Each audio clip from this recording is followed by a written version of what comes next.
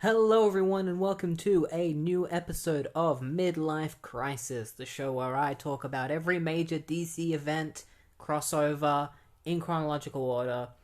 This week, we're going to be talking about um, Day of Judgment, which was a crossover event that came out in 1999, written by Geoff Johns. It was the first event Geoff Johns ever did, with art by Matt Smith and Steve Mitchell.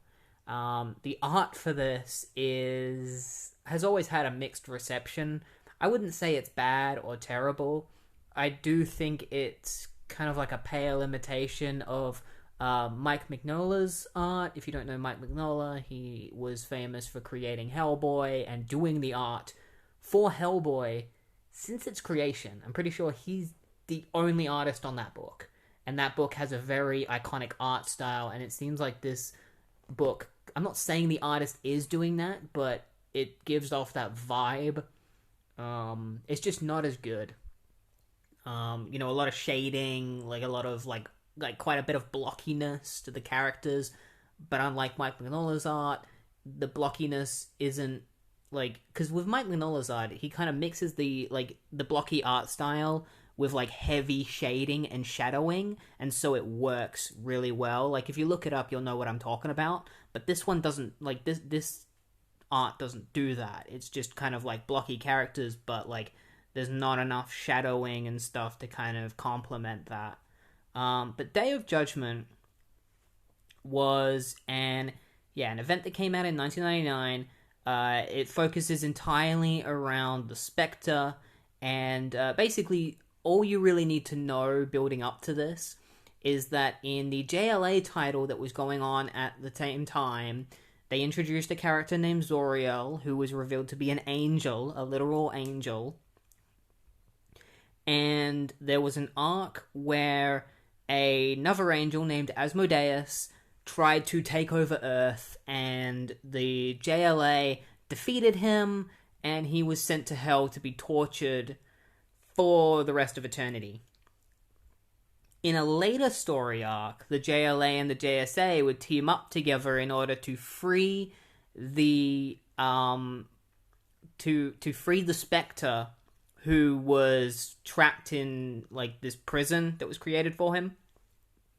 And they managed to free him, and that leads directly into this.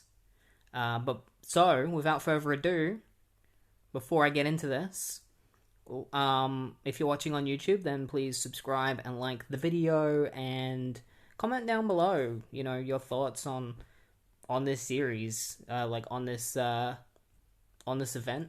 And yeah, I hope you enjoy it. Without further ado, let's get straight into Day of Judgment, Issue 1. Oh, and there's also a lot of tie-ins to this. I'm not going to be covering all of them. I will be doing the one-shots. There's like a few one-shots, like including a Batman one. I'll be doing those, but most of the tie-ins just involve the characters dealing with other characters who came back to life, and it's just like villains that came back to life and they fight them. And it just feels like another issue like of their comic book. Like the Green Lantern one, Green Lantern fights Enchantress in his issue, and that's the only connection it has to this. The rest of the issue has nothing to do with the event. It just, towards the end of the issue, Enchantress shows up and Green Lantern, like Kyle Rayner, fights her. It's that kind of shit. But yeah, let's get straight into issue 1. So Asmodeus is in hell being tortured by Neron and his little demons, one of which just looks like Golem from Lord of the Rings. And basically, he's just torturing Asmodeus because Asmodeus was stupid enough to try and take over Earth. And he's like, because you're such a stupid idiot, I'm going to torture you for the rest of your life, and there's nothing you can do about it. And so a demon climbs up Asmodeus and is like, I'm going to pull the skin off of your face and your bones. And then all of a sudden, a hand comes out of nowhere and squashes the little demon, and it's the hand of Etrigan the demon. Etrigan the demon is all about chaos and just being a dick. And so he wants to help Asmodeus take over Earth and Heaven. So he tells Asmodeus that the Spectre was recently freed by the JLA and the JSA. The Spectre currently doesn't have a soul that it's bonded to. He used to be bonded to Jim Corrigan, who was a police officer. He was bonded to him for over 50 years. But Jim Corrigan moved on to heaven, and ever since then, Spectre hasn't been bonded to any souls, which have left him kind of unpredictable. And so he says that if he summons Spectre to Asmodeus, Asmodeus will be able to bond with the Spectre and go on a rampage, and he'll have the power to take over heaven, hell, earth, do whatever he wants. So, using his magic and a blood ritual, Etrigan summons the Spectre, and the Spectre shows up, is like, how dare you summon me? And Etrigan is like, bitch, I own you, and he just grabs the Spectre and, like, throws him into Asmodeus, and they combine together. Like, all he does is he just, like, because I guess his ritual just gave him control over Spectre's body, so using his magic, he sends the Spectre into Asmodeus, they fuse together, and Asmodeus gains control of the Spectre. Meanwhile, Zatanna, who is, I would say Zatanna is like our main protagonist of this story. She's doing a local show. There's this guy named Eric who's trying to get with her, and she's like, sorry, Eric, I can't let you into my world. The world of magic is too insane. And as she's talking to him, she suddenly sees visions of the Spectre and stuff that's possibly going to go on. So she's like, all right, I'm going to get out of here, and because I got some stuff that I got to deal with. So she teleports out to go and find a character known as Dr. Occult. The last thing she says is to she says one of her spells, which she says everything backwards. She's just like, to Dr. Occult, and teleports away. Meanwhile, at the Ostrander Mental Institute, named after John Ostrander himself, specifically because we are about to meet a character created by John Ostrander, Junie Moon, aka the Enchantress. Junie Moon has multiple personalities, like two. So there's Junie Moon, and then the Enchantress is another personality. She's been locked up in a mental institution so that they can keep Enchantress at bay and try and help her. But Enchantress is being drawn out thanks to what's going on with Asmodeus and the Spectre. And so the Enchantress comes out, she breaks out of prison, and flies off to go and cause max chaos. And that's when Kyle Rayner shows up and is like, hey, what you doing? And this is the first reason of, like, unless you're reading Green Lantern, there's no reason to read the tie-in of Green Lantern to this, because in that tie-in, Green Lantern fights Enchantress, but they also fight in this, so you're not missing anything if you read this instead of the tie-in. Like, you don't need to read it, because they show the fight that they have in this anyway. So yeah, Kyle Rayner shows up and fights the Enchantress. Meanwhile, hell starts exploding around Neron. He's just like, what the hell's going on? And the Spectre, controlled by Asmodeus, shows up and is like, it's me! I'm here to finally get my vengeance on you for torturing me for so many years. I'm gonna literally freeze hell over. And he freezes Neron and hell. And like uses his power to just freeze it over, and so it starts snowing. And Etrigan is like, man, it's been a long time since I've seen hell, and but I'd never thought I'd see it like this, literal snow and everything. And then Spectre is like, come on, my fellow demons, let's go plague the earth and attack everyone. So, Kyle and Enchantress have their fight, and then all of a sudden, the ground starts cracking up around them, and Etrigan the demon comes out and is like, it's me, Etrigan. Go, my demons, attack everyone. And Kyle's like, oh crap, I need to go tell the JLA. Like, this is bad. And so demons start swarming Gotham City. I think it's supposed to be New York City because that's where Kyle Rayner currently is. So, the Spectre and demons start attacking New York City and the rest of the world. So, shit is not looking good. Zatanna finds Dr. Occult, and Dr. Occult knows what's going on because he has a connection with, like, because he was taught how to use magic by Zatanna's father, Zatara, who is currently dead. And so he knows the signs of, like, the Day of Judgment, including crying statues. He's seen that a statue is crying, and that's what's told him what's going on. He's like, we gotta go and get as many magic people as we can and bring them all together. So Zatanna starts going around recruiting different magic characters. She starts off with Deadman. She recruits him.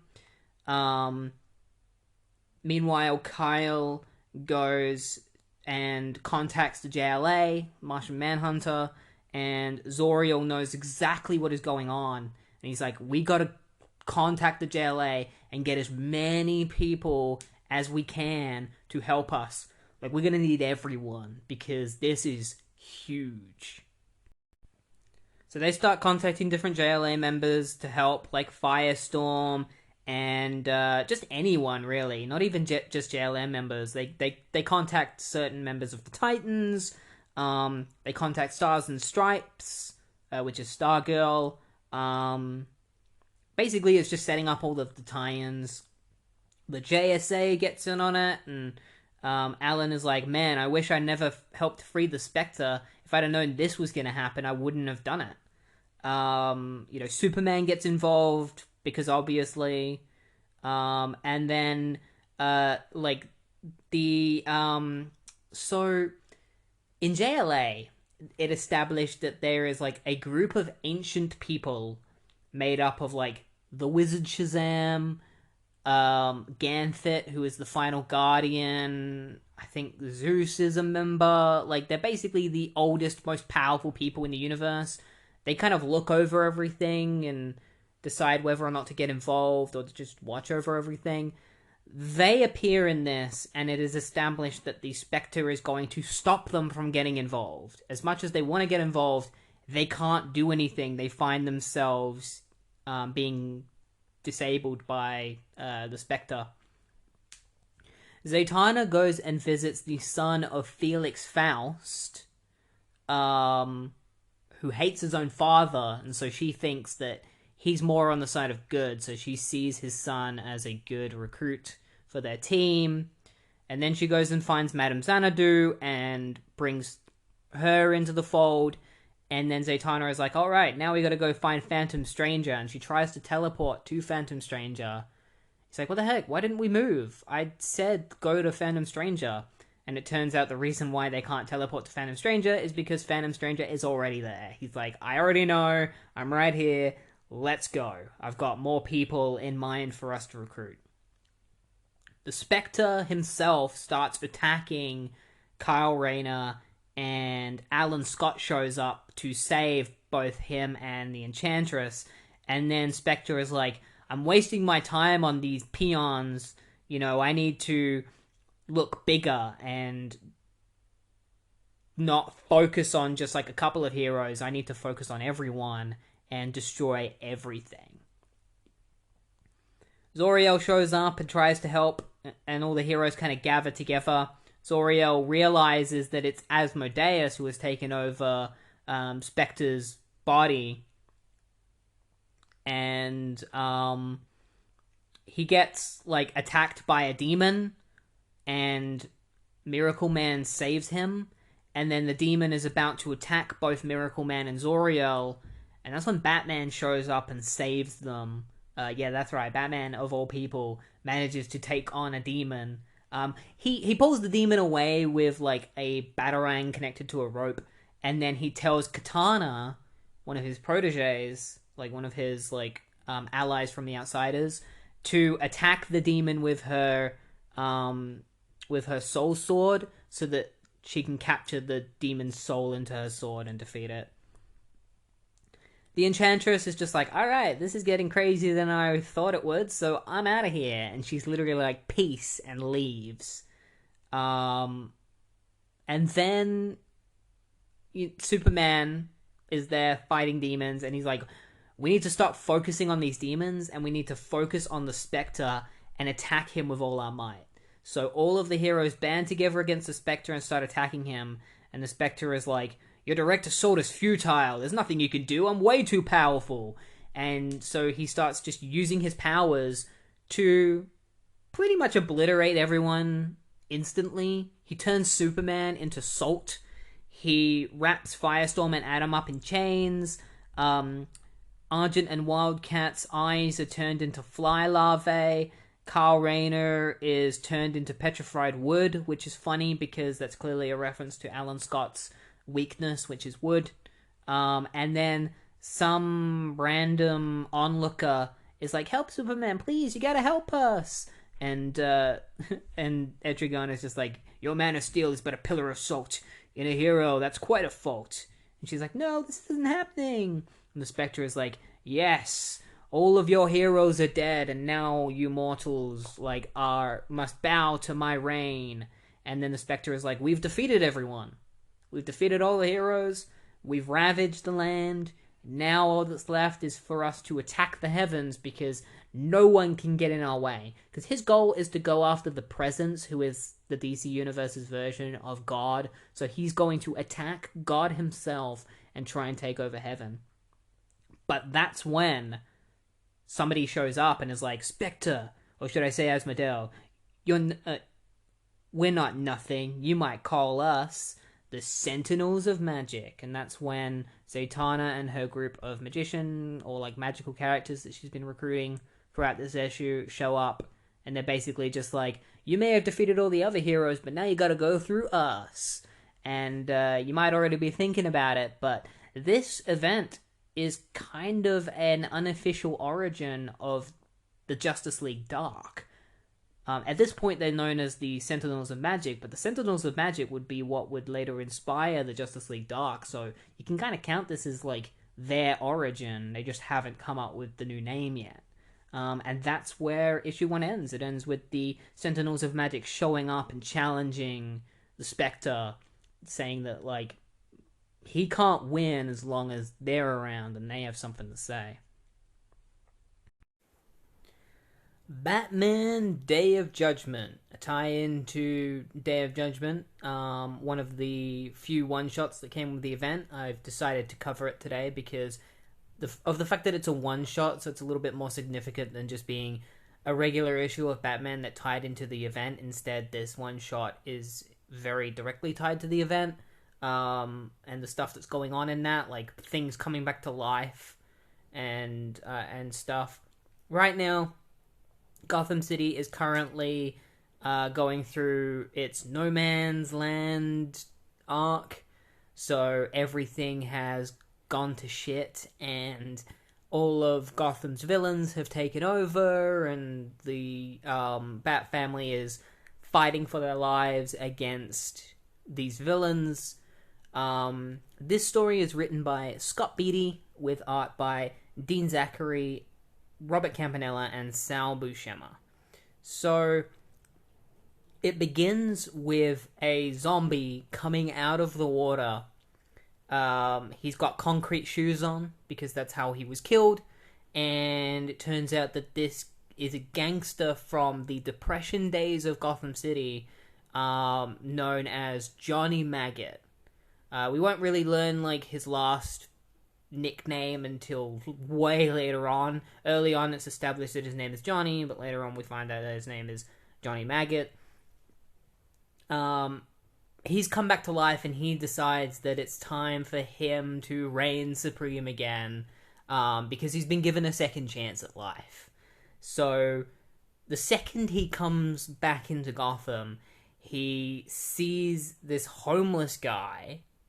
He's got a trash can on fire trying to keep himself warm, and Johnny just kills the guy. He just grabs him and stuffs him into the trash can and is like, "That's right, boy, keep yourself warm. Become the fire." Yeah, so it's very established very early on that Johnny is an asshole and is very brutal and very judgmental, I guess. He kind of sees himself as being above everyone.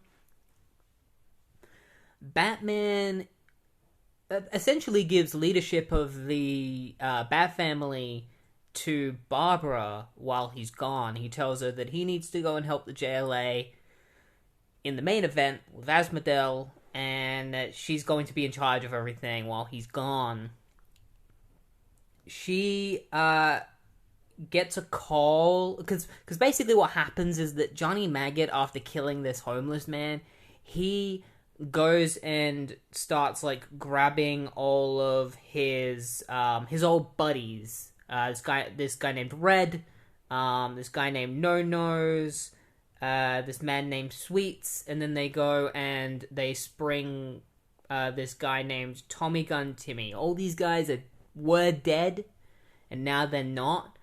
Tommy Gun Timmy is an interesting situation because everyone else is kind of found in random places because they were just dumped, like their bodies were dumped. So he finds them in like trash cans and like the backs of cars and stuff. But Tommy Gun Timmy is found in a coffin on display. So he's in pristine condition because it's like airtight. So they have to smash him and break him out to free him. Meanwhile, Nightwing and Tim Drake, who serve as our main protagonists alongside Barbara, are going around Gotham just stopping criminals. They find this one criminal and they go to take him down, and the criminal is like, "My dad is after me. Like, he's after me. Can't you see him?" And they're like, "What is he talking about?" Like, "Oh, your dad's after you? Like, what's significant about that?" And the guy's like, "You don't understand. Like, he was put in the gas chamber." And this guy, like, runs off screaming, and Nightwing and Tim are just, like, Nightwing and Robin are just like, "Whatever, that was weird." So they break out, so Johnny Maggot and his crew break out Tommy Gun Timmy, and the reason why they break him out, first of all, he's called Tommy Gun Timmy because he has a supply of Tommy guns, and second of all, the reason they broke him out is because they want to know where the Tommy guns are, and then they proceed to grab Tommy Gun Timmy and throw him off the docks in chains, because Timmy is the reason they got ratted out and ended up being killed. So they get their revenge on Timmy, and then Johnny is like, "Alright, let's go find his Tommy guns, and then we'll be able to use those to take over Gotham City and become its new rulers." Barbara gets a call from a young woman known as Chrissy, and I think it's either her brother or her friend, whose name is Ivan. I'm pretty sure they were introduced in this issue. Barbara has basically told a lot of people in Gotham to just call her whenever they see anything suspicious.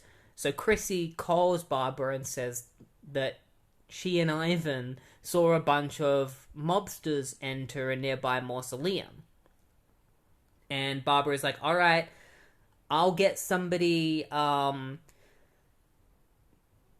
who is supposed to deal with this kind of stuff." Like, obviously she's talking about Nightwing and Robin, and she's like, "I'll get them to deal with it. Just sit tight, do not go after them." And as she's telling Chrissy and Ivan not to go after them, what does Ivan do? He goes after them. Barbara's like, "This isn't Scooby-Doo, like, hold tight." And Chrissy chases after Ivan, and Barbara's like, "Ah, crap. Alright, I'll get in contact with Nightwing and Robin." So she contacts Nightwing and Robin.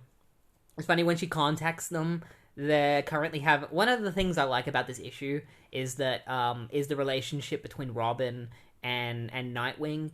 I haven't been reading a lot of Batman comics. I assume that their relationship has been somewhat established in that, but I know for a fact that outside of Batman, we don't get a lot of Robin and Nightwing. Like, Tim Drake does not appear in the Titans, but Nightwing has appeared a couple of times in Young Justice, but we don't really get to see him interact with Robin, like, only.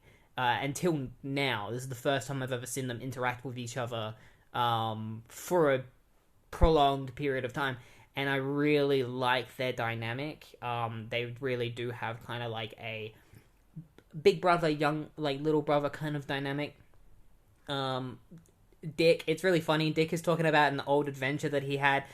I think he's talking about Barbara Gordon's first ever issue, because he's talking about how, like, he fought Killer Moth.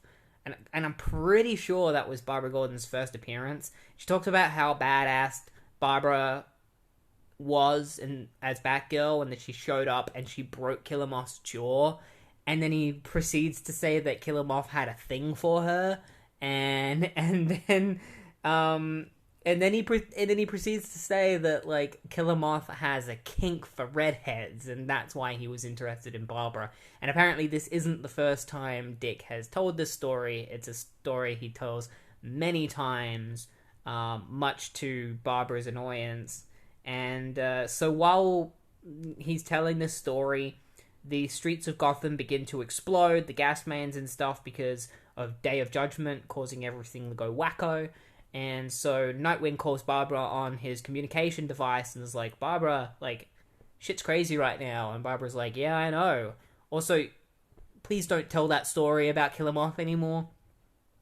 Anyway, I got a call from this girl named Chrissy, and it seems like they might be in trouble with these mobsters that have headed into the nearby mausoleum, so I want you to go and check it out and see if you can find them.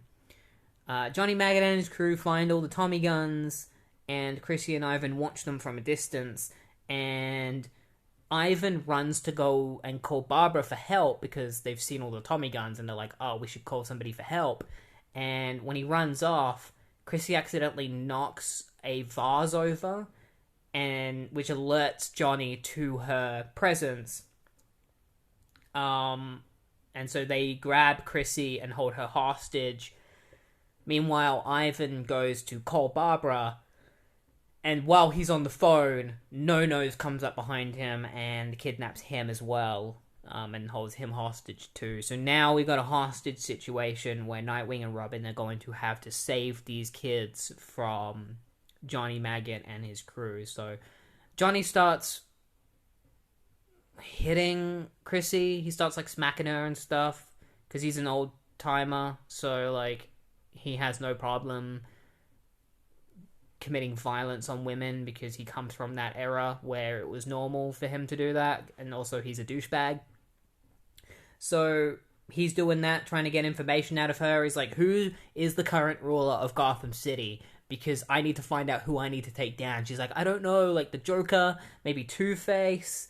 No-Nose has Ivan held hostage, and Johnny Maggot is like, what are we, like, how are we going to make the citizens of Gotham listen to us? Like, what are we going to steal? And that's when No-Nose suggests that they steal people's souls. And Johnny's like, you know what? Even though you don't have a nose, you got brains, No-Nose. So it turns out, like, yeah, they're gonna plan to steal people's souls is the plan. How do they do that? I don't know, honestly. The plan never gets far enough to even get close to that kind of outcome.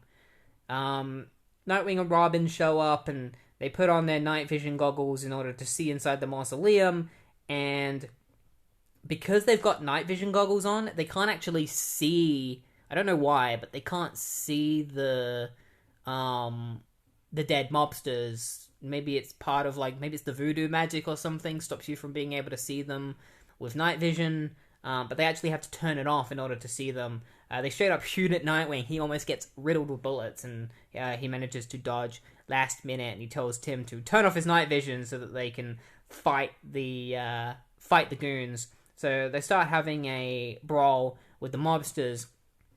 Initially, they think that it's Black Mask's False Face Gang, because they think that it's just a bunch of guys wearing zombie masks, but they learn very quickly that they're not wearing masks, and they are just zombie guys with rotting faces. So, gunfire just starts,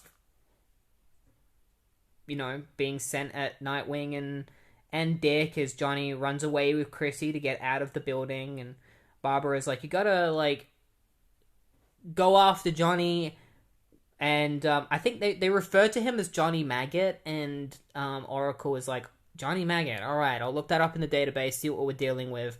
And she researches Johnny Maggot, and that's when she brings up all the, like, that's when they find out that these guys are dead mobsters from the Depression days of Gotham, and that it might be a little bit tough to kill them because they're already dead.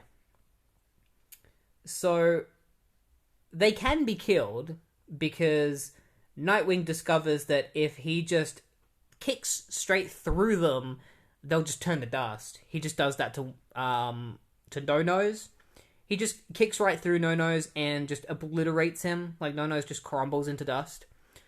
Johnny takes Chrissy outside into a graveyard where a battle plays out between Nightwing and Robin and Johnny's crew. Tim attacks Red, and then a nearby, and in doing so knocks over a nearby statue, and he dodges out of the way of the statue, and the statue falls on Red, crushing him.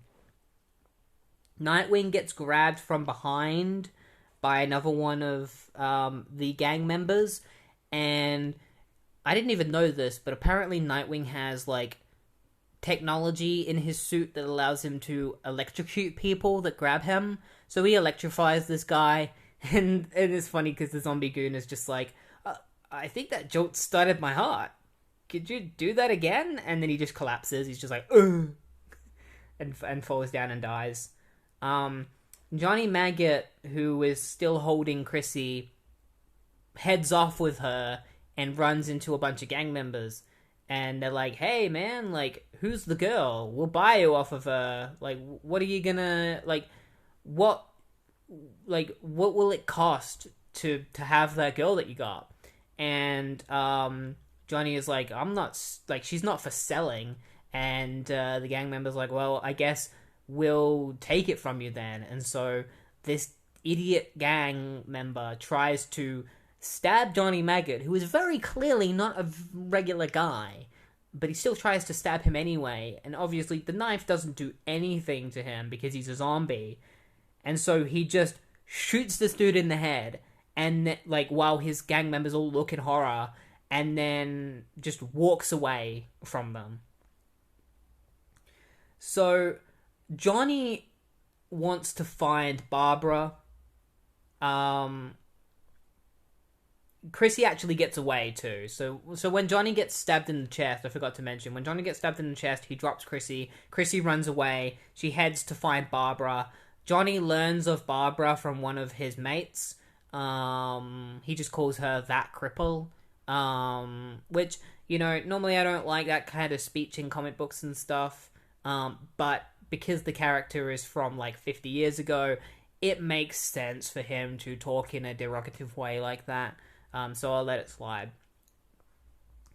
Barbara locks all of her doors after letting Chrissy in. And so her, Chrissy, and Ivan all hide in Barbara's apartment away from Johnny. But obviously Johnny is a superpowered zombie, so he just punches his way through the door and he's like, Johnny's home. I think he even says, like, here's Johnny. Nah, he doesn't actually say that, but I'm surprised he didn't, because he punched through a door, so you'd think that, like, it was the perfect opportunity. I'm kind of glad they didn't reference that movie. It's at least trying to take itself somewhat seriously. Johnny gets his gun knocked out of his hand by Barbara, who, even though she's not in her wheelchair at the moment, she's still able to throw her batons and stuff to knock the gun out of his hand. And then Tim comes from behind Johnny and grabs him and his tie from behind. And, but Johnny, being super strong, throws Tim into a nearby wall. And so, Barbara, Ivan, and Chrissy hide under a nearby desk. And, Tim throws a smoke pellet to cause a distraction, which works. It gets Johnny's attention, allowing Nightwing to swing in and kick Johnny in the face, sending him tumbling into the basement, where Nightwing goes to punch Johnny, and Johnny almost breaks Nightwing's arm, but Tim comes up from behind and hits Johnny with a Robin ring in order to not get him away from Nightwing, and that's when the ground begins to crumble underneath Johnny, and it turns out that there is a gas main underneath Johnny. So, using a batarang to crack the ground, the gas starts to come through the ground, and it explodes, incinerating Johnny, and Nightwing manages to jump out of the way of the torrent of flames that burst from the ground, destroying Johnny and saving everyone. And so after that, they all recruit on top of a rooftop, and at the end, they're basically just like, how are we going to write this up? Like, saying that we were fighting a group of zombie gangsters doesn't sound great. They're trying to make Batman believe them a little bit more, or like make Batman happy. So Tim suggests that instead of saying that they fought zombie gangsters, say that they fought a bunch of skeletons, because apparently, according to Tim, Batman really likes skeletons. So it ends with them deciding to tell Batman in their case file that they fought a bunch of skeletons to save these kids, because apparently that'll make him happy. And that's where it ends. Tim just ends up kind of sulking in the corner because of this horrible situation that he's just witnessed of. Like, he wasn't expecting to have to fight a group of zombie gangsters on that day. And yeah, that's the end of the one-shot. Overall, not a bad one-shot. I think, first of all, when it comes to big events, and I think I've learnt this as I've read all of these events, it's a great idea for series, instead of doing a bunch of tie-ins that tie into the main series, either you have the events take place in the annuals, like the 90s did, or you do this, and you have a one-shot. That is nothing, like, a one-shot that isn't a part of the main series, it's just a tie-in one-shot. You know, so you do like a Flash one-shot. You do like Flash, Day of Judgment, Batman, Day of Judgment, Green Lantern, Day of Judgment. Do that. Like, because then you don't have to have it bog down the main series and everyone wins. You know? So yeah, that's the end of that one-shot. Really enjoyed it. I thought it was a lot of fun. I thought it was a fun way to tie it into the series. Yes, it didn't have huge ties to the main event, but it definitely did something interesting with the premise of the event. So I'm happy I read this. Highly recommend, if you read Day of Judgment, check this one out. Obviously, there's a lot to see in this that I haven't talked about. But yeah, that's the end of that one-shot. So we return to the main Day of Judgment event, where the Sentinels of Magic have appeared in front of Asmodel Spectre in order to help take him on. They won't be able to defeat him, but they might be able to halt his reign of terror. It turns out that Raven and Ragman are also members of the Sentinels of Magic, which is revealed in this issue. Madame Xanadu, essentially, she has a special sphere, and using Zatanna's help, they create a spell in the sphere that allows the sphere to absorb the Spectre's power. They just straight up do that. They power the sphere and they tell it to absorb his power, and it works. It absorbs Spectre's power. Asmodel is still in Spectre's body, but they've undone all of his curses that he's done, so Superman is no longer made out of salt and stuff like that. So Etrigan grabs Asmodel and is like, we gotta get out of here. Eventually we'll be able to figure out how to get your powers back, but for now, we gotta get you to safety. So, basically, the plan is that Zatanna comes to the conclusion that Jim Corrigan, who was the original Spectre, might be the only person capable of saving the day, and that they will have to go find his soul and convince him to come back and take over Spectre's body. And if they fail at that, find somebody else. But they have to find a soul. So a bunch of the characters decide to go to heaven in order to see Jim. And so that includes Supergirl, Wonder Woman, Alan Scott, who was friends with Jim Corrigan, Mr. Miracle, Zoriel, and Raven. They all decide to head off to heaven in order to find Jim.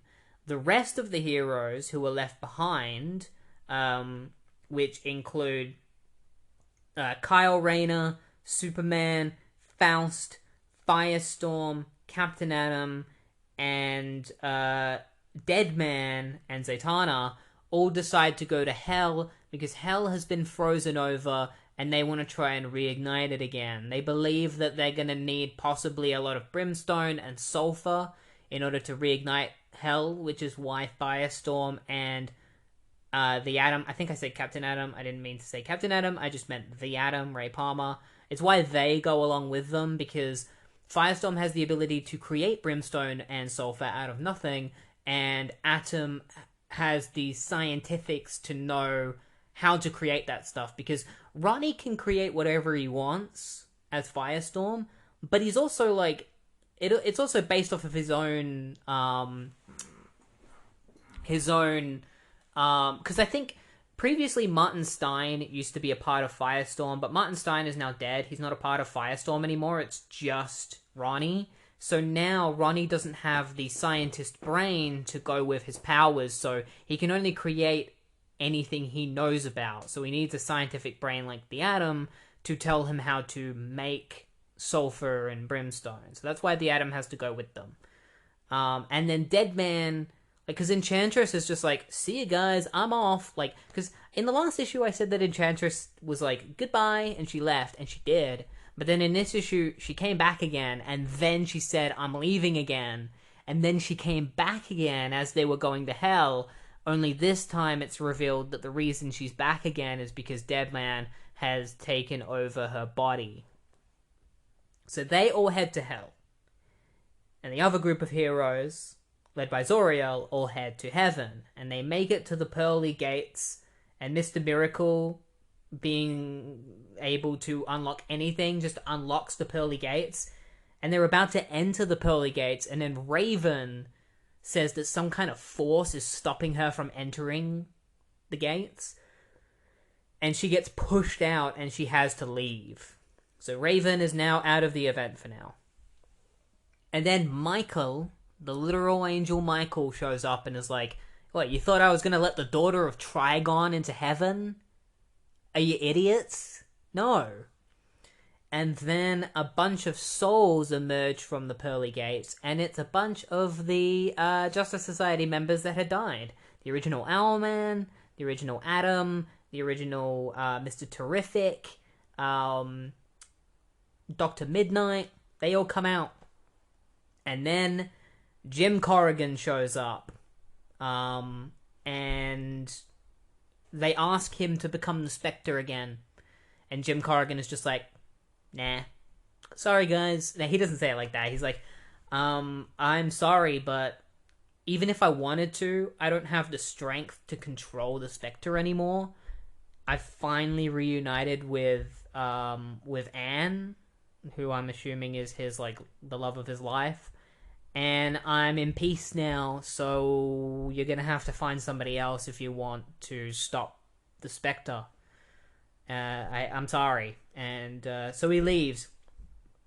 And then Asmodel was like, I'm sorry, I can't let you into heaven to find a pure soul, but I can let you into limbo, or purgatory, to find a soul there, because those souls are in between heaven and hell, so they're ripe for the picking. You can go there and pick whoever you want, but just know that they're there for a reason, because they're neither good nor bad. So, and they ended up there because of their own mistakes. So whoever you pick, choose wisely, because you might not be able to trust them to control the Spectre well enough. Then a mysterious presence, so after he sends them off to Limbo, a mysterious presence talks to Michael and is like, Michael, we'd like a word with you. And Michael was like, yeah, I thought you might. So Michael goes off to see this mysterious voice that is talking to him. Meanwhile, Superman's group of heroes end up at Hell, where they see that it is literally frozen over, and Enchantress is powerful enough to push Deadman out of her body. And because they're in Hell, they can actually see Deadman. And Enchantress is just like, I can't believe you forced me to come here. I'm gonna kill all of you. But before she can, Cerberus shows up, the three-headed dog, and the Atom is like, maybe try and create like a lead collar for it, Firestorm. And Superman's like, I don't think that'll work. And because Superman is susceptible to magic, Cerberus can actually hurt him. Captain Atom tries to shrink small enough to go into Cerberus's brain to hit like a certain part of his brain to make him go to sleep, but he can't shrink enough. Like, he can't shrink while he's in hell, so Cerberus just chomps on him and presumably kills him. He just eats the Atom. So Firestorm's just like, no! Enchantress kills Cerberus pretty much immediately. She's just like, let the ladies handle it, alright? And she summons a bunch of, like, spectral, like, icicles and just sends them flying all into Cerberus and kill them. And, Firestorm is just like, oh, what about the Atom? Like, that thing ate him! And that's when the Atom cuts his way out of, Cerberus, and is like, you know, I'm fine. 3 stomachs, at least they look like stomachs. As Dr. Charles, the great comparative biologist, once said, ew, because he's like covered in stomach juices. Asmodeus and Etrigan watch from a distance as Madame Xanadu and Dr. Occult fight against the Spectre's forces, and they decide that the only way they're going to be able to strip Asmodel of the Spectre's powers entirely is by finding this thing known as the Spear of Destiny. Apparently, however, the Spear of Destiny is currently in orbit above Earth, and Batman is like, that's fine, I have a couple of people in mind that can go and grab it. Hey, Captain Marvel, Stripe, Starfire, we got a job for you. And then the Spectre is like, I shall drain the blood from their veins, feast on their entrails. And Etrigan is like, yeah, you do that. I gotta go grab this glove, because apparently it's the only thing that'll be able to destroy Madame Xanadu's sphere and release the power that they've stolen.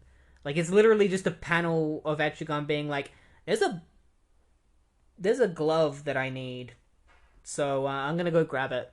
He doesn't even say what the glove is called. He just says there's a glove and I gotta get it. So he heads off to do that. Superman's group are nearing on the city of Dis. They find Charon's boat. Charon is obviously the person who carries souls to their destination. They get on the boat and they start careening their way through the frozen waters of Limbo, I guess. And Superman rocks the boat and they all fall into the waters of the river Styx, or whatever you want to call it. I think that's literally what it's called. And oh yeah, because they're in the underworld, so yeah, they just end up in like the underworld river. And then Alan Scott's team, who is in heaven, managed to make their way to Limbo, where they see a bunch of these souls of heroes and villains that are stuck in Limbo, like Vigilante, Rick Flag, Sargon the Sorcerer, and they're all really desperate to get out, so they're like, take me, like, I'll be the Spectre, one more chance, I just need one more chance to prove myself.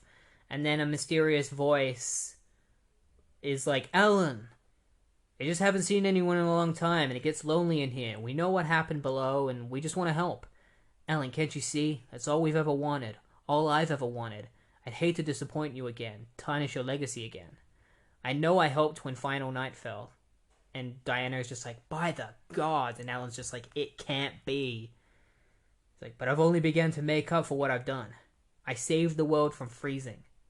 Please, let me save it from burning. And it's revealed that this mysterious person talking to Alan is Hal Jordan, aka Parallax, who we last saw in Final Night, where he sacrificed himself to save the planet. And now he's coming forward, suggesting that they have his help, and that he should be the soul that joins with the Spectre in order to stop Asmodeus. So Asmodel's reign of terror continues, ravaging the lands of the earth, as Madame Xanadu struggles to contain his power within her magic ball.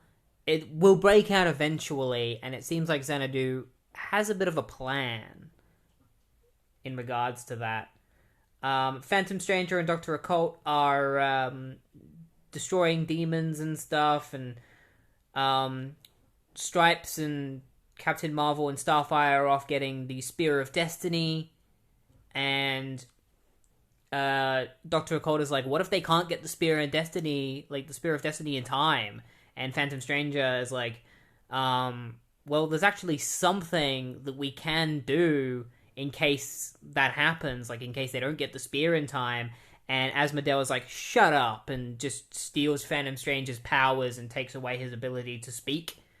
And so Dr. Occult is like, well, that sucks. Now we can't use the Phantom Stranger's help. We just gotta believe that they're gonna get the spear in time, and that the other heroes who have gone to heaven and hell are going to complete their goals in time as well. Captain Marvel, Stripes, and Starfire make it to the Spear of Destiny, but when they get there, they find a bunch of Soviets who were abandoned after their capsule failed, and because they're dead, they obviously try to kill them. But they manage to take care of the Soviets. I mean, they're just regular dudes. It wouldn't have been that hard. And Starfire manages to pull out of the Spear of Destiny. So they're like, yeah, we got the spear, now we can head back with it. And Starfire's like, I feel like the spear has the power to destroy demons, like any demons. Alan Scott confronts Hal Jordan, and it's revealed that being in limbo, Hal kind of like loses his memories a little bit, because he reintroduces himself, and Alan's just like, we know who you are. And Hal is like, oh yeah, things get foggy in here. Anyway, I want you to pick me to be the one that goes and stops the Spectre, because you need somebody who has enough will to take control of the Spectre, and because you can't use Jim, I'm the next best person when it comes to will. And so Alan decides to shake hands with Hal and be like, alright Hal, I'm putting my trust in you. You may have done a lot of terrible things, but you made up for those things, and I'm willing to trust that you really want to be a good person. And then because Geoff Johns just loves Silver Age Green Lantern and Hal Jordan being Green Lantern, for no real reason, he just has Hal decide to just be Green Lantern for the rest of this event. Hal's just like, I'm done being Parallax, I'm gonna be Green Lantern now. And he snaps his fingers and he's got the Green Lantern costume, and the grey sideburns are gone. Like, he couldn't have at least kept the grey sideburns. Like, I know you were eventually going to retcon it that those sideburns were Parallax the whole time, but I'm pretty sure Geoff hadn't thought that up at this point in time. Like, that was 6 years after this. So he could have just kept the sideburns, but I guess Geoff Johns just doesn't want Hal to be old. So yeah, Hal becomes Green Lantern, and unfortunately, he can't just leave Limbo. There are angels there that are keeping all the souls in, so they start swarming in. So everyone's kind of like, oh crap, how are we going to get out of this situation? Meanwhile, the group that went to hell have all fallen into the River of Styx because for some reason Superman just tipped their boat. Like, I guess Superman just sucks at steering boats because he tipped them and they fell in the River of Styx, and when you fall into the River of Styx, it starts to absorb your soul and show you your greatest nightmares, so everyone starts seeing their greatest nightmares, like Zatanna sees her father, Kyle Rayner sees Alan Scott's evil self, Superman fights himself, but with tentacles, I guess.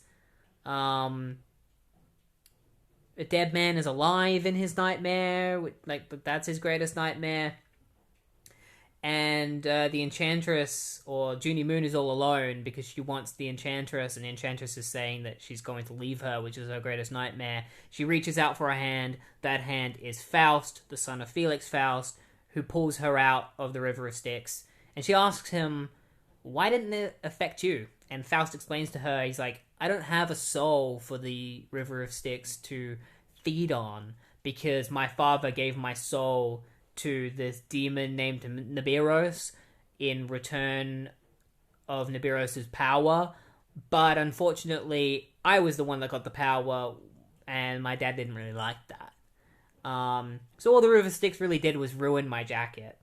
So Faust pulls everyone out of the River Styx, and they all continue heading forward to the pits of hell. They enter this big castle, and when they enter it, he crosses paths with Nibiros himself.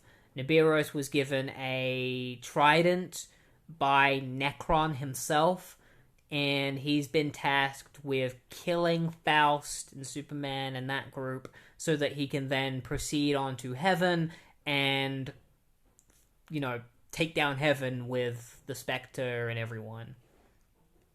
So they're left to fight Nibiros.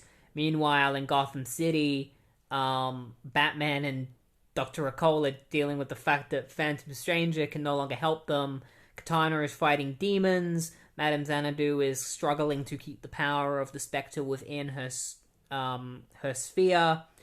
And when a demon shows up to kill Katana, she drops her blade, and Dr. Occult grabs the blade, and that's when it's revealed that Dr. Occult is two souls in one. He flips to a female soul called Rose, who is Dr. Occult's, partner, so they can switch souls, which is why they're called Dr. Occult and not Mr. Occult. And so Rose just proceeds to cut the head off of the demon. Pretty badass. And another group of heroes, just randomly, Stargirl is just here with Jay Garrick and Jack Knight. They went to go and visit Dr. Fate. I don't know if this happened in a tie-in. I don't think it did. I guess off-panel, they were told to go and fight Dr. Fate. They do find Dr. Fate.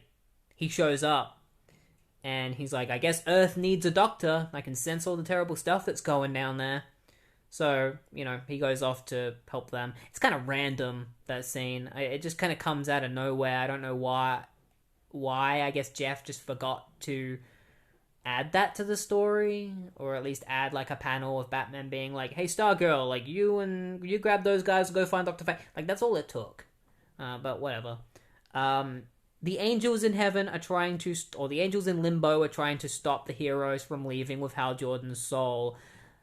They try to fight back, and that's when the vigilante and all of the souls that are trapped in limbo fight back against the angels, and they're like, we'll give you an opening to get out of here. Go, let us do what we want to do, which is be heroes for the last time and tell everyone that, we were heroes in limbo. So Azrael cuts his way through limbo using his sword because he's awesome, and they jump through the cut into the real world and into the main world. Etrigan shows up, and Batman is like, there's no way you're just letting someone tell you what to do, because you're Etrigan the Demon. You don't let people tell you what to do. What's your angle here, Etrigan? And Etrigan is like, I have my reasons, Dark Knight, for tossing the world into blight. Now the crystal is mine, swine. And Madame Xanadu is like, well, I've seen the future, Etrigan. So here you go. And she throws the sphere at Etrigan, and it explodes in his face. And he's like, ah! And all of the Spectre's energy blasts out of her orb. And Captain Marvel, Stripes, and Starfire see the massive amount of energy blasting out of planet Earth.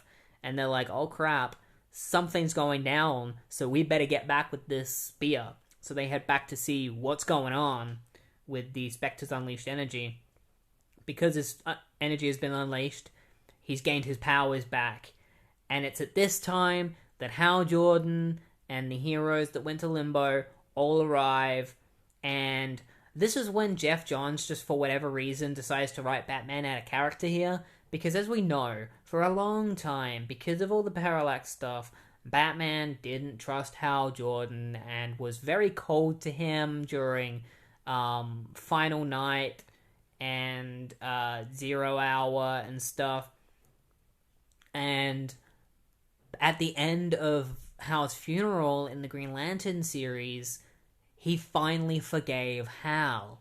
And he admitted that Hal is one of the greatest people he ever knows. And it ended. The funeral ended with Batman being like, I was wrong.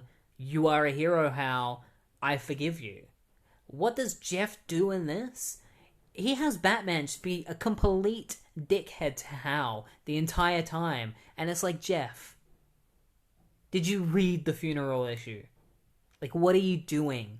Why are you writing Batman this way? Why are you doing this? Batman doesn't always have to be an asshole, and he doesn't hate Hal anymore. Except Geoff writes it in a way where it's like, he does hate Hal, and it's just frustrating to read when characters are being written this way and just completely disregarding prior continuity.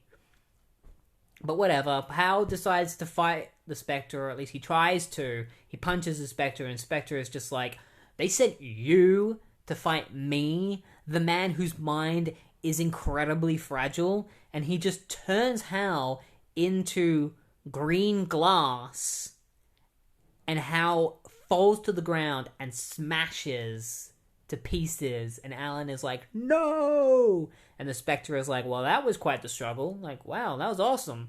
That was what a waste of time. Is there anyone else you want to pin your last hopes on? And so, Alan Scott is just left holding the pieces of Hal Jordan and being like, well, that didn't work. What now? Things are pretty bleak at the moment.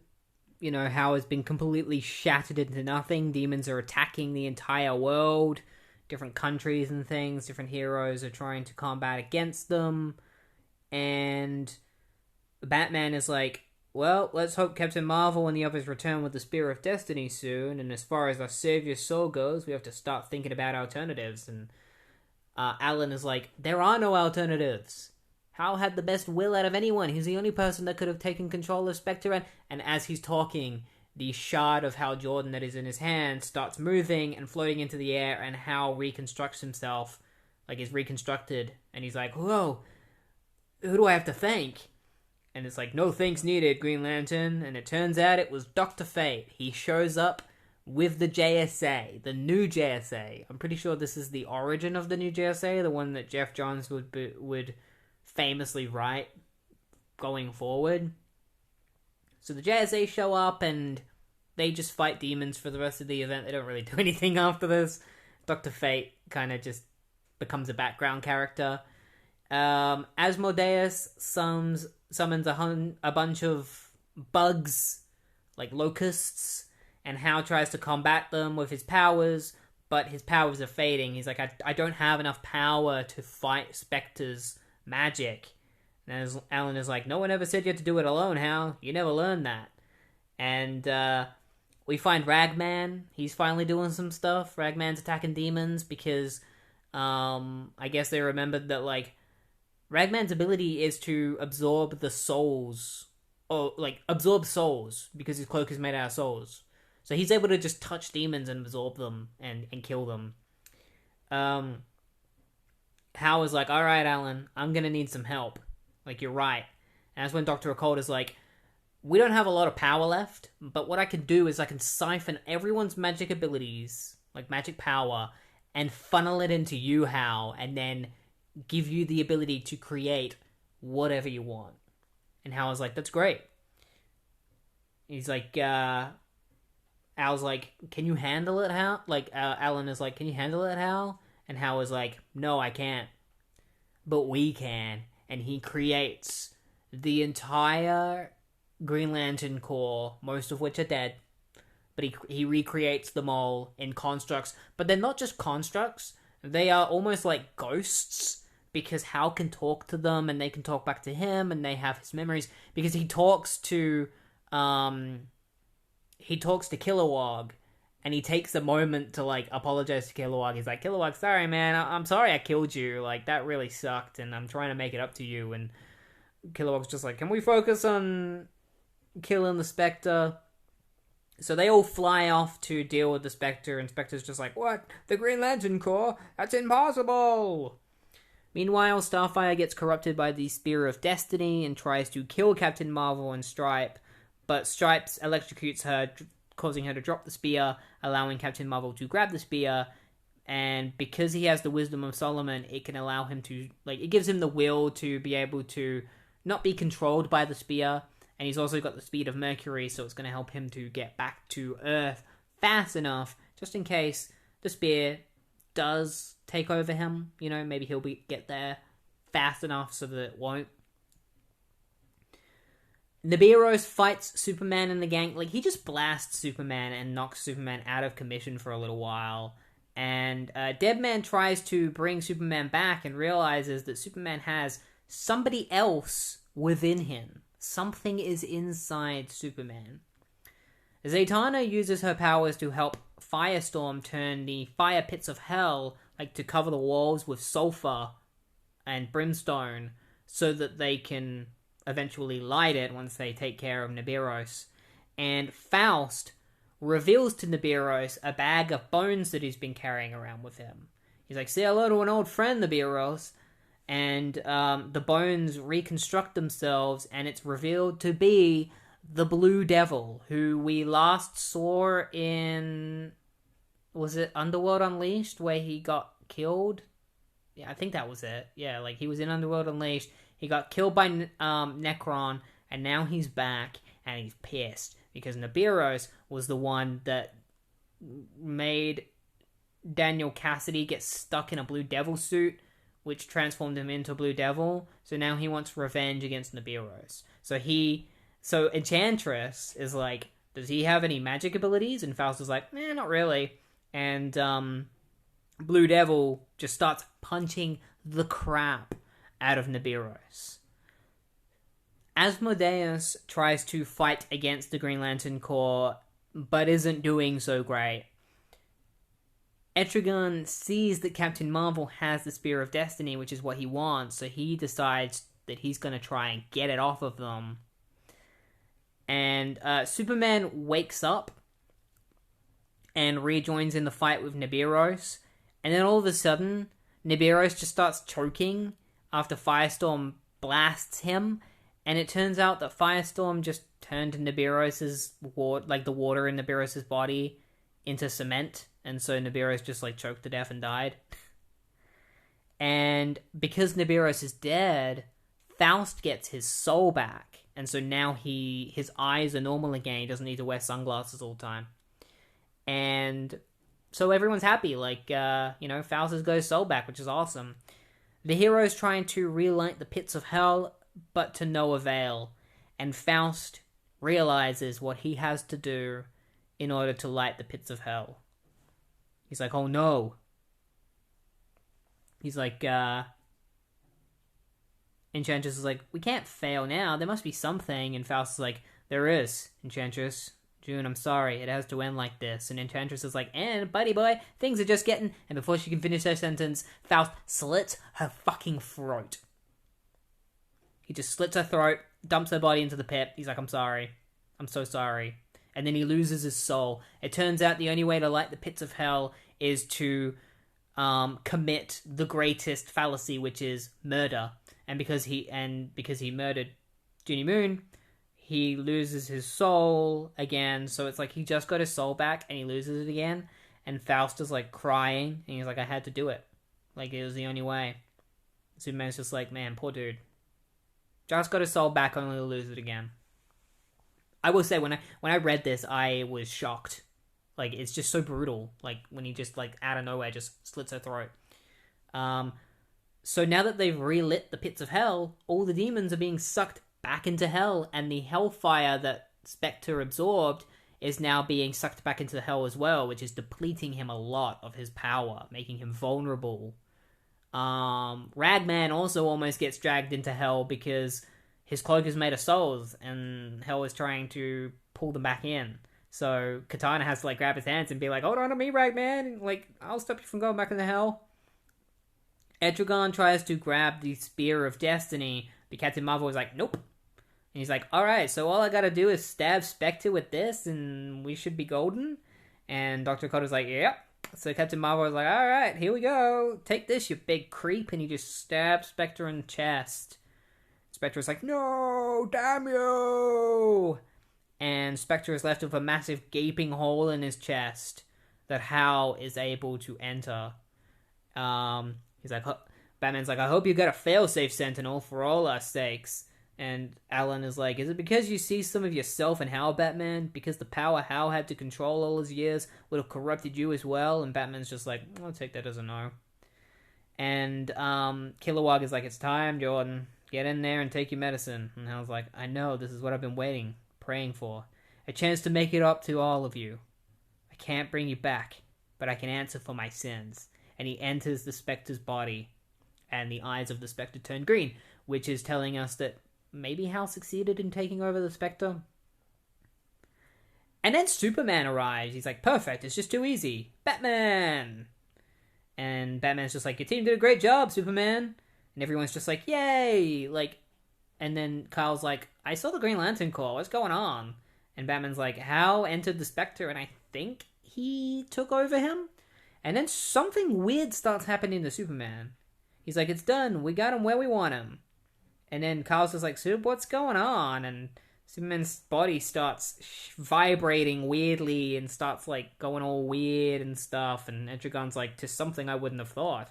Like a fly in a web, we've been caught. And that's when Superman just knocks Batman and Kyle out, stands in front of Spectre, and says, you've done my work for me, heroes. The Spectre is vulnerable to any soul willing to journey into his essence. His power will be mine, as will all your souls. And the Spectre's eyes glow, one side green, one side red, which might symbolize something that, like, Hal isn't the only being inside the Spectre. I'm assuming Asmodeus is still in there and Hal is going to have to fight for control. But also, what's going on with Superman? Well, Deadman did mention earlier that somebody is inside Superman's body. So we're going to find out who is taking control of Superman. Because it's definitely not Superman that's being evil. Hal finds himself within the Spectre, where he comes face to face with the form that Asmodel has taken inside the Spectre, which is a fusion of Asmodel and the Spectre. It's revealed that the Spectre looks like a freaky skeleton inside his body. So Hal tries to fight Asmodel Spectre to get Asmodel away from the Spectre so that he can join with him. But Asmodel, like, the Spectre is incredibly powerful, and he doesn't want to just give his power to anyone because he's like, I'm in control of myself. I choose who deserves my vengeance. It's revealed after this that Superman was being controlled by Neron. But Superman is so pure that he manages to cough Neron up. But Neron plans on taking the spirit of vengeance for himself, because obviously he wants people's souls that he deems, you know, like evil, and take their souls and stuff, and he believes that the Spectre will help him do that. So he wants to go inside the Spectre and join with it. But in order to do that, he's going to need the Spear of Destiny. The heroes all try attacking Neron, but Neron is just way too powerful and just obliterates them. Like, doesn't obliterate them, but, like, throws them around the room. When I say obliterate, I mean, like, he just throws everyone away and just beats them all really easily. So Captain Marvel comes out with him with the spear and is like, if this could damage the Spectre, I'm sure it could probably do a lot of damage to you. And Neron's like, yeah, of course it could. If I let you hit me. And Captain Marvel just phases right through Neron and smashes into Blue Devil, sending them both flying. Blue Devil drops his trident, and it fuses to his arm and becomes a tattoo. And Blue Devil was like, what the hell? A tattoo? And Faust is like, don't ask me, man. You play with fire and brimstone, you're gonna get burned. Because he's knocked out, Neron grabs the spear from him and enters the Spectre's body, where he finds Hal facing the spirit of vengeance. And Neron shows up and is like, I see you're struggling. Well, I'm here to take the spirit of vengeance off your hands. I'm going to take power of it. Like, I'm going to take control of it. And the spirit of vengeance is like, can you all stop fighting over me, because none of you have power over me. I choose who gets my power. And so he separates from Asmodeus and starts, like, whirling around the three souls within him, Asmodeus, Hal, and Neron. And he basically says to them, he's like, prove to me that you deserve my power. Tell me why you deserve it. And so Asmodeus is like, Spirit, we are one and the same, both cast out by a heaven that despises us, victims of the presence. Our dignity and status have been stolen from us. He must pay. And Neron's answer is, we work the same course, Spirit. I seek vengeance against those souls that deserve it. My existence is based on your mission of wrath. Together, no soul will escape us. And Hal's answer is a little bit different. You know, he starts off saying, like, you know, I was a hero, I've given my life to save others, criminals, and he's like, no, I can't do this, God forgive me. And he starts breaking down, and he's like, I'm a murderer, I cause pain for everyone I've ever loved. Vengeance isn't mine, it's theirs. I don't deserve power, I deserve punishment. And that's when the Spectre is like, you believe you deserve punishment? Then face your penance. And he's like, Hal's just like, no, please, I don't deserve it. And the Spectre is like, that's where you're wrong, mortal fool. This is exactly what you deserve. And he blasts his power into Hal. And Neron and Asmodeus are both blasted out of the Spectre's body. And Alan is like, my God, I never realized. And that's when it's revealed that Hal has become the Spectre. And he's rocking kind of like a mix between the Spectre and Green Lantern costume. He's like, where am I? Vengeance, I must seek out vengeance to set things right. So swears the Spectre. And Neron is like, they'll destroy you, Hal Jordan. They have the means, and they fear you. And Hal is like, well, I just threw the spear really far away, so it's gonna take him forever to even find that, so I'm not worried. But also, the Spectre isn't in control. I'm not doing this for vengeance. I'm gonna use the power for redemption. And then he traps Neron in a Green Lantern. And he's like, you can't escape my light. And Neron's like, you think you've won, Jordan? The spirit of vengeance has a mission to damn souls. You'll be working for me. In a way, the Spectre always has. And the Spectre tries to destroy Neron in the Lantern. And Hal is like, no! Enough, Spirit. I will not be brought down to Neron's levels. And he frees Neron.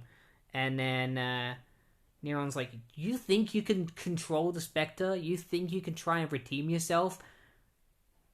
The Spectre is the one who gets vengeance. How your nature is to murder. And eventually, you're going to give into it. And you're going to start murdering people as the Spectre. And Hal's like, no, that's not going to happen. I swear that I will redeem myself using the Spectre's powers. And then Neron gets teleported away. And it turns out that it was the Presence that sent him away to face Judgment. And Jim Corrigan shows up basically just to explain what the Presence has done. He's like, yeah, the Presence sent Neron away. The Presence is also going to allow you to be the Spectre. And as a bonus, the Presence is going to allow you to choose what you want to do as a Spectre. He's not going to force you to go after vengeance. How you can choose what you want to do. You can either go after vengeance or go on a path to redemption. It's your choice. And then he also says that all of the souls in Limbo are going to be allowed into heaven after what they did for the heroes, after their heroic acts.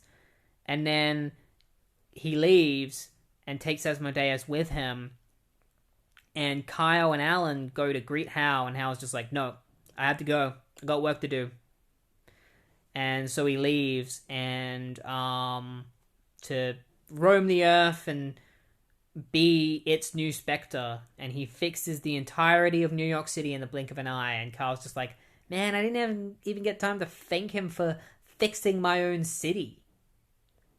And I think this is kind of like Hal's way of like not bringing back Coast City and instead fixing another city, and that's kind of his redemption for like one city destroyed, one city rebuilt. You know, he may not be able to bring back his home, but he can bring back somebody else's. All of the heroes are like, yay, we won, that's awesome. And then the Sentinels of Magic are like, hey guys, don't forget about us. You know, if it weren't for us, we wouldn't have even beaten Spectre. And if you ever need the help of the magics of the DC Universe, call on the Sentinels of Magic. Here's our business card. They don't actually have a business card. But it'd be really funny if Satana was like, hey, we got a business card. Call this number. Batman is like, shouldn't Faust go to hell and face Judgment for like killing Enchantress? And Phantom Stranger is just like, look, he's been through enough. And Enchantress was a bad person anyway.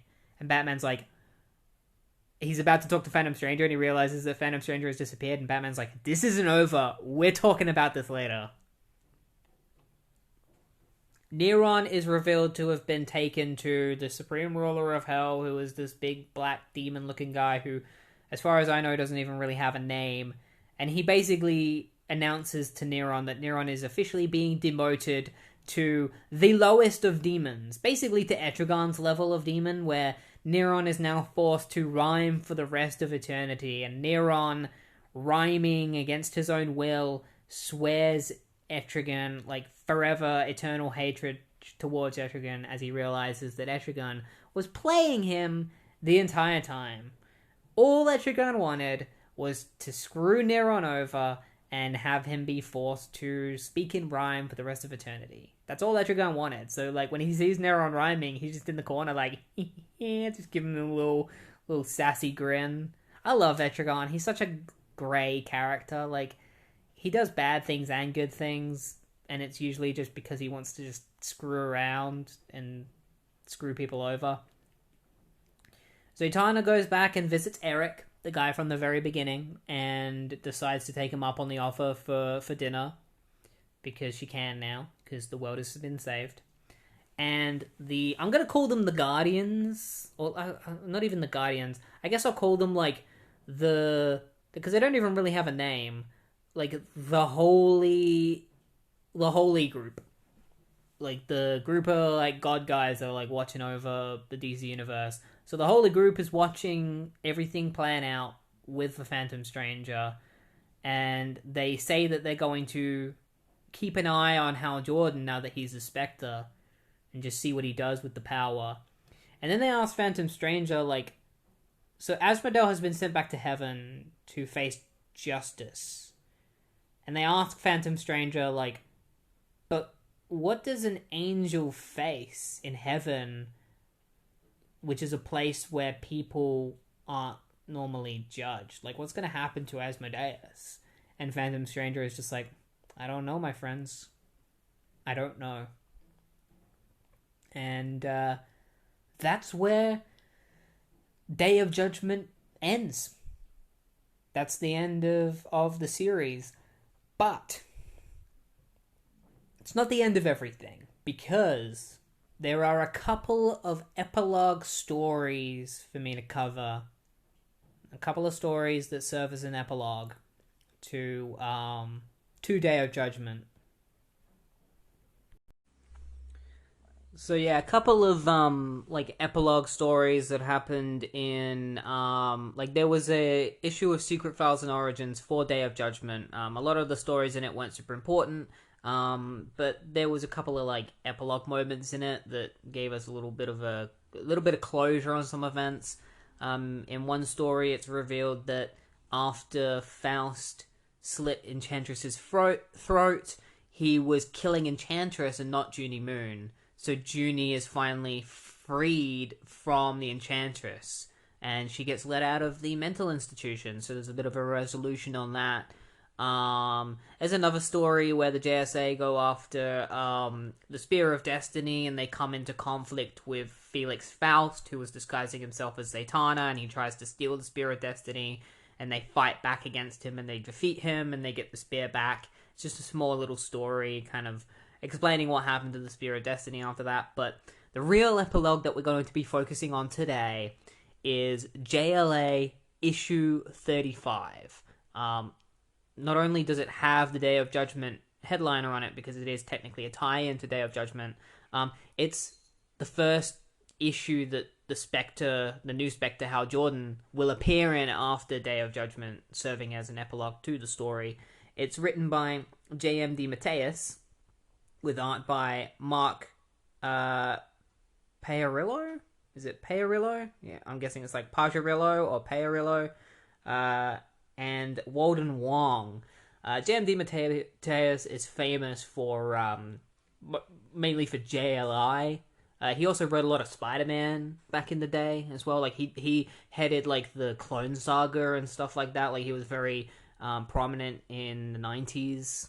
for Spider-Man in JLI, and he'll eventually go on, like after this, he will go on to write the Hal Jordan Spectre series that will go on for, I think, 27 issues before Hal would eventually be revived by Geoff Johns, which would then lead into his Green Lantern run.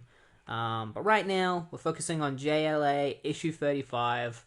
Hal Jordan has just become the Spectre after the events of Day of Judgment, and already he's kind of feeling the power of the Spectre, and it's already messing with his mind, because originally everything was black and white to Hal. He saw good was good and bad was bad. But ever since he became the Spectre, now he sees everything in grey, and he could look at the nicest person of all time and still see the potential for them to become evil. And that messes with him, and it causes him a lot of pain, and he starts, like, screaming, and Zoriel hears his cries of pain and anger, and comes and sees him and is like, bro, like, how you... I heard you screaming, that you're alright? And the Spectre is just like, what are you doing here? You, of all people, should not be coming and checking on me. You abandoned heaven. So out of all of the people on the planet, like, you're one of the people... You are someone that I'm going to come after the most. And so, like, he attacks Zuriel, obviously trying to take Zuriel's soul and enact vengeance upon Zuriel for leaving heaven. Especially because the Spectre himself is a fallen angel. So he's very, very sensitive about that kind of stuff and betraying the presence. He's very allegiant to the presence. The JLA show up to stop the Spectre from killing Zoriel or taking his soul, and the Spectre gets really angry at them, but Hal manages to kind of take control, and he transforms back into Hal Jordan.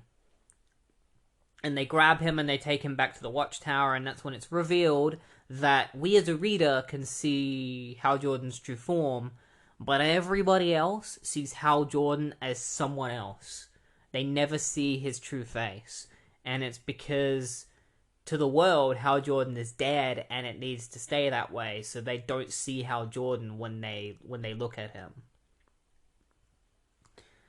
The JLA come to the conclusion that Hal Jordan is obviously already getting super dangerous as, like, the Spectre, especially Batman. The way that J.M. DeMatteis writes Batman is the same way that Geoff Johns wrote Batman. It's like, nobody read that one issue of Green Lantern where they had the Hal Jordan's funeral. You would think that that would be an issue that people would have read before writing stories about Hal Jordan that are connected to his death. Like, you'd think they would have read the funeral issue, because in that issue, I say it again, at the very end, Batman forgives Hal Jordan, so it doesn't make sense for him to suddenly be such an asshole to him, still, when he forgave him, and he put everything aside. Because Hal sacrificed himself, and that was enough proof to Batman that he had changed as a person. But whatever. Zoriel stops the JLA from taking extreme measures with Hal Jordan, locking him away, getting rid of him somehow, because he believes that he can talk to Hal and convince him to, stop the Spectre from just treating everyone like they're the bad guy, because that's what the Spectre is currently doing. He's treating everybody like they're the bad guy. Superman's just like, that's not the case. And Spectre's like, oh, you think that's not the case?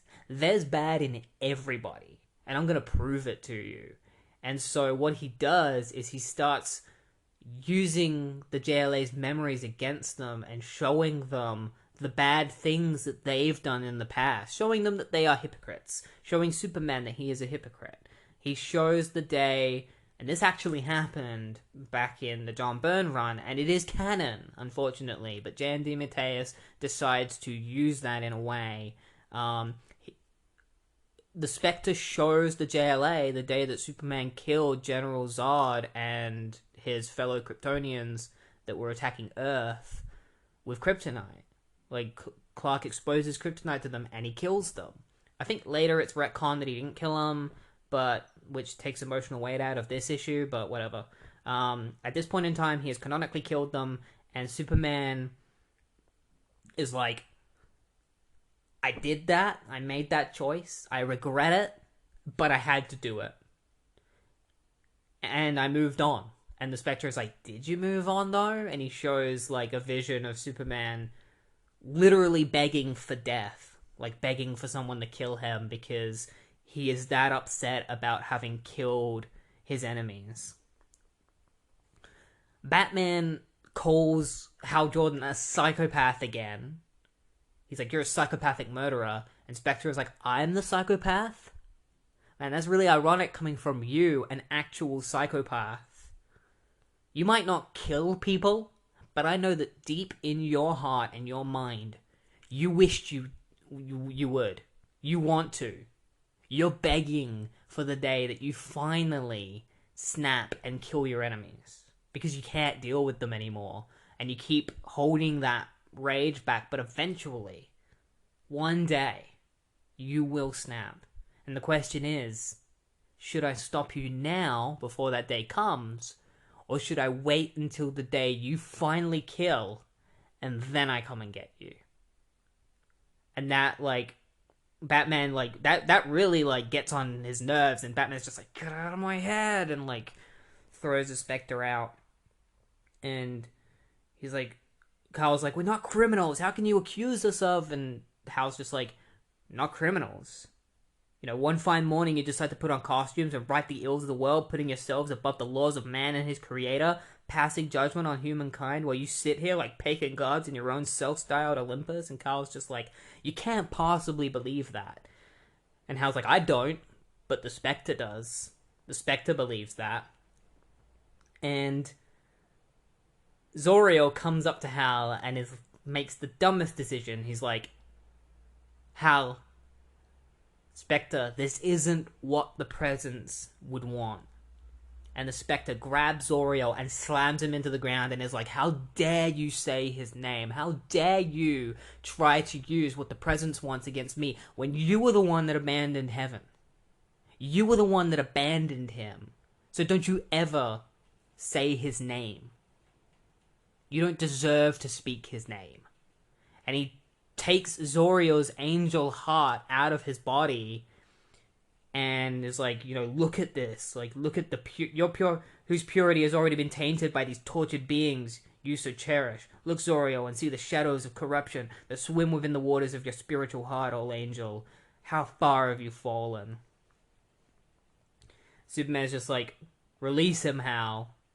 And Hal's just like, alright. And then Plastic Man comes up to him and is like, here's the real deal, Casper. You just gotta lighten up a little. He's like, excuse me? And Plastic Man tries to get on the same level as the Spectre and be like, I was once like you. You know, I got corrupted. But I decided to become a hero and just do this. You know, so we're kind of on the same boat. And the Spectre's just like, no, we're not. Like, beneath that facade that you have of the Plastic Man is still the criminal that you once were, which was Eel O'Brien. And Plastic Man is just like, I've been on this journey a million times. Just because you're exposing my criminal side doesn't mean that it's going to affect me in any way, because I don't give a crap anymore about that. Because I know that I'm being a better person. And that really pisses off the Spectre.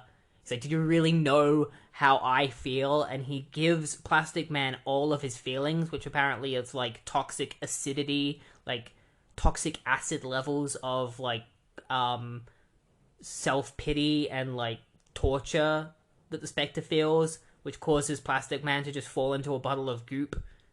And he just loses all sense of his own body. And Carl's just like, what are you doing to him? Like, leave him alone.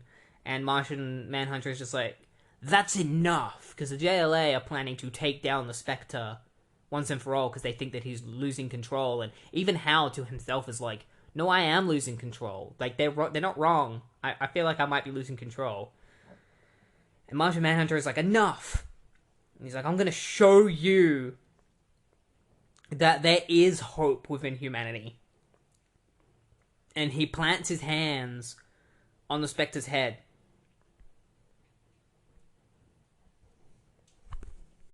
And transports the Spectre and the JLA into this other world that is just brimming with chaos and destruction. Shadowy beings come out and start ripping the JLA members apart, and, you know, they all enter, like, Martian Manhunter's eyes and mouths, but the Spectre manages to suck all of these shadows in, transporting the JLA further into this chaotic mindscape, made up of parts of Gotham and Metropolis. Batman's just like, loves that, like, because the Spectre is just like, it is time, Martian, to reveal where we are and why. And Batman's just like, loath as I am to agree with the Spectre, I'll second that. You're putting the League at risk here, John, and I demand to know. And Martian is like, your answers, Batman, are forthcoming. And he jumps into the ground and smashes it, causing the JLA to fall into what seems to be the center of the Earth. They find a little small cavernous room, and there's a guy and a woman. And the guy turns around and he's just like, welcome, strangers, make yourself at home. It's not much, I admit, but the wife and I are delighted to have you. And the Spectre gets really pissed off because he's like, what are you? Like, what is this? This isn't possible. How could there possibly be this light within such a chaotic place? Like, that doesn't make any sense to me. This realm is horrible, and yet, for some reason, you two nice, friendly people exist here? Like, that doesn't make any sense.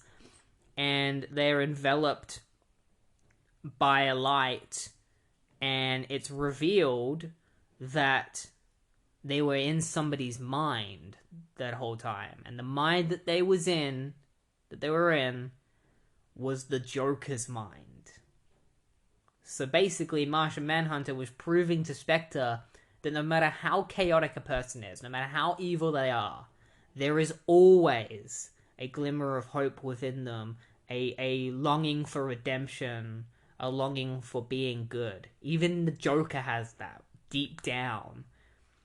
And so that finally convinces Hal and the Spectre not to judge everyone too harshly, and that there's a chance that anyone could be redeemed, and that it's worth looking deeper than just what's on the surface or like what they've done in the past, and that their past doesn't make them who they are, you know. So I think the idea of the Joker possibly being redeemable is what makes Spectre go like, if the Joker can be redeemable, as hard as it probably would be, like, even though it's almost impossible, it is possible, then anyone can. So yeah, instead of going on a path of vengeance, maybe I should find villains and attempt to redeem them instead. And so the Spectre goes off on his journey of redemption, and yeah, that's where it ends. It ends with the Spectre going off on his own path, and he'll show up again in Green Lantern after this, and then eventually he will get his own series, which will be pretty much the final step for Hal redeeming before he would eventually become Green Lantern again. And that's the end of Day of Judgment. Overall, I think Day of Judgment was a really good event. There are two events in the 90s that I really enjoyed. DC 1 Million and Day of Judgment. I think they are the best events of the 90s. I probably enjoyed DC 1 Million more overall just because I like future stuff, and that was just a really fun story. But Day of Judgment was definitely better than like 0 Hour, and I liked Final Night, but it was better than Final Night. I think for Geoff Johns' very first event, it was he did a great job. The art is mixed. I think the inker really carried the art, really carried Matt Smith's art.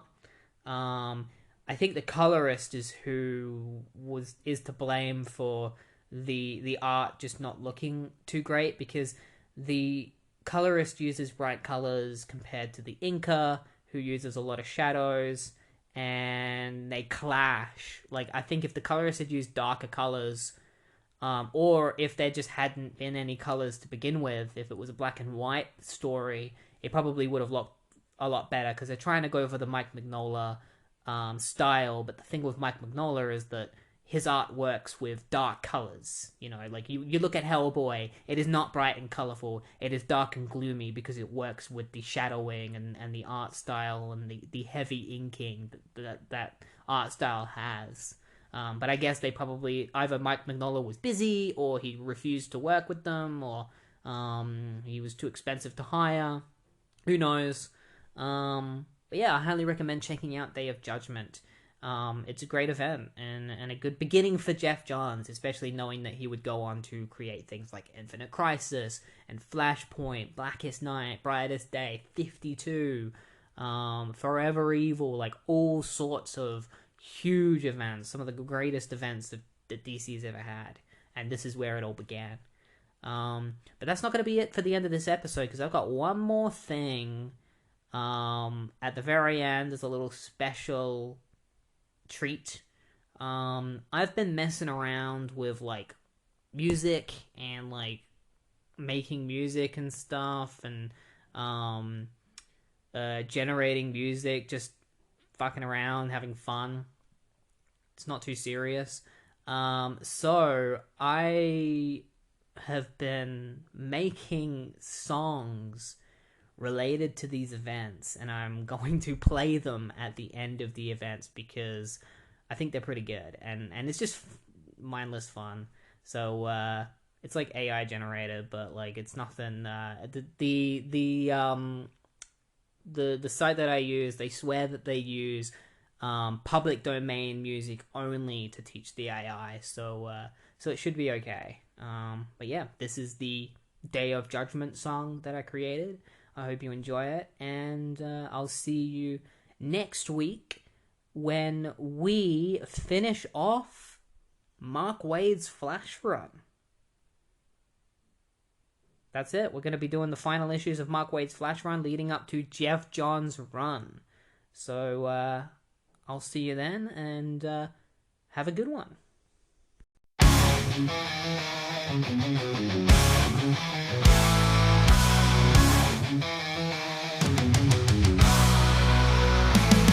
In the heart of the inferno where the damn souls scream, a dark force rises like a twisted dream. Spectre's gone rogue, vengeance in his eyes. Earth trembles as the heavens cry. Heroes unite against the tide, facing fears they can't hide. In the shadows light will guide. Together strong we want to fight. Day of Judgment, the end is near. Through the fire we conquer fear. In the darkness we'll find our way. On this day of judgment we will stay. From the depths of hell to the mortal plane, demons walk, spreading pain. Hearts of steel and minds so bold, we'll fight till the story's told. Fate hangs in the fragile balance between despair and defiance. With magic might and pure resilience, we stand firm in our alliance. Heroes unite against the tide, facing fears they can't hide. In the shadows light will guide. Together strong we want to fight. Day of Judgment, the end is near. Through the fire we conquer fear. In the darkness we'll find our way. On this day of judgment we will stay. From the depths of hell to the mortal plane, demons walk, spreading pain. Hearts of steel and minds so bold, we'll fight till the story's told. Fate hangs in the fragile balance between despair and defiance. With magic might and pure resilience, we stand firm in our alliance. Day of Judgment, the end is near.